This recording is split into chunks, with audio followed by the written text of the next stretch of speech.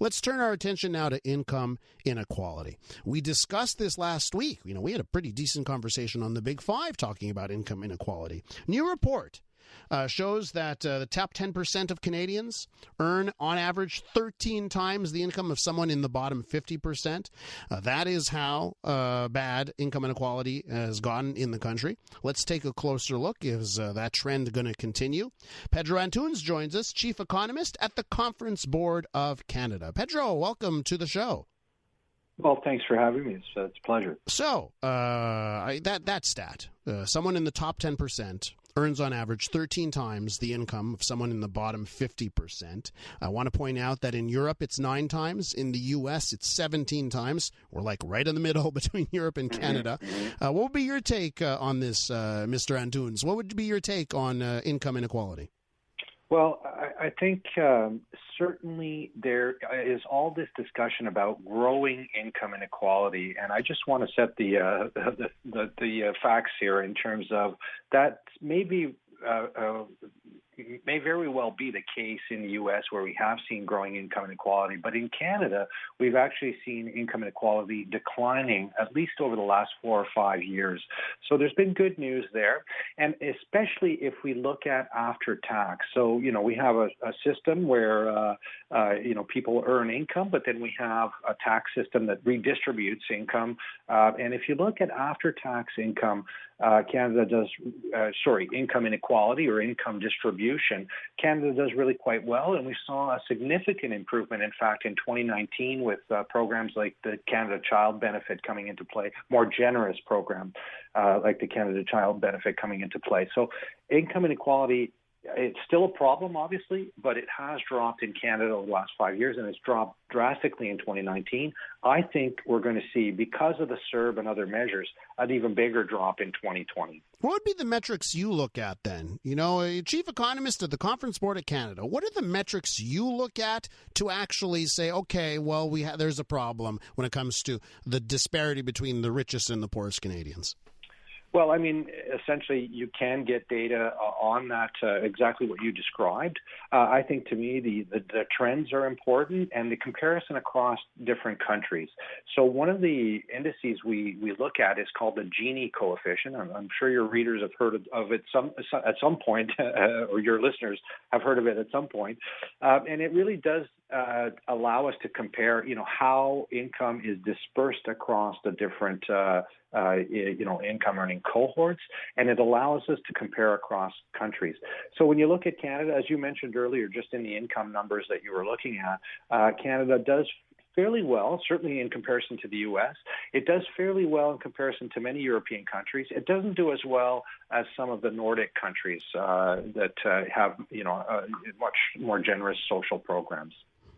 Now, let's talk about, we were talking about incomes there, but let's talk about wealth. Though that's where the numbers get, I think, a little bit more astounding here. In Canada, the richest 1% owns 25% of the wealth. Richest 10%, 58% of the wealth. And then the bottom 50, only 6% of the wealth. Tell me about, let's move to that and what that says, right? Because there's one thing about incomes, and then there's another thing about just that accumulation of wealth. Does that worry you? Yeah, and I think that's a bigger concern. And, especially at a time when we're seeing such a rapid ramp up in the value of homes. So even looking at homeowners, people that have owned their own homes versus people that don't, we're seeing that because of this very rapid appreciation in home prices and a wealth effect there that is not necessarily measured in the income brackets or the income categories. So that's really important. Wealth is always a little tougher to get at because it accumulates over generations, and just in the sense of housing, for example, if you live in Toronto, you've seen a much greater appreciation in terms of your wealth if you own your home than in other parts of the country. So it does cause all sorts of kind of disparities depending on where you live, depending on whether you own a home, and even looking across different countries on the wealth indices, we do see Canada not performing quite as well as on the income. And of course, very, very hard to redistribute wealth, Mm-hmm. And you had mentioned, Canada's progressive tax system when we were talking about incomes. Is it time for us to look at some sort of progressive taxation when it comes to wealth and estates in order to level that playing field? Well, this is where it's very difficult, and there have been attempts to kind of tax wealth in the past. I think the issues with that is, of course, wealth tends to go away if you try to tax it differently in one country versus another.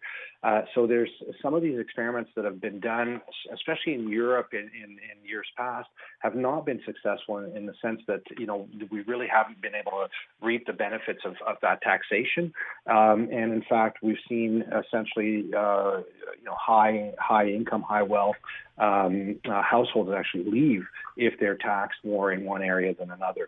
So it's a difficult problem, and I think it is a global issue. I think as much as we're talking about now as a base minimum taxation for corporations across different jurisdictions, perhaps we'll come to a point where we start talking about essentially leveling the playing field on wealth as well. So, there's that quote from Andy Warhol about Coca-Cola, that he drinks the same Coca-Cola as a millionaire. And I think today we would say, if we had to do some sort of quote similar to that, we talk about, let's say, the iPhone or a smartphone. And there's no better iPhone for rich people, right? We all have the access to that same kind of technology at an enormously low price, all things considered. So let's talk about standard of living. What do we know about the standard of living of everyone in Canada, and does that give you any hope or a different perspective on income inequality in the country? Well, not a different perspective. I certainly, obviously the standard of living has increased. Often we hear people talking about the good old days, and what I refer to is when I look at the good old days, we were not, we didn't have the same amount of purchasing power.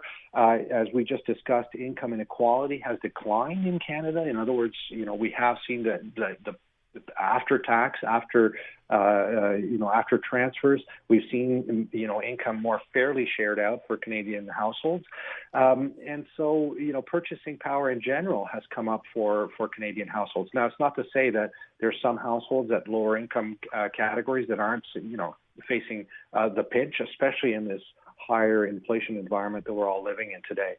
So there's no easy answer to this, except to say that I think when you look at overall, our purchasing power, our quality of life, it has been improving in Canada, and we're very well off in comparison to many other parts of the world. Pedro Antunes is Chief Economist at the Conference Board of Canada. Thank you so much for coming on the show.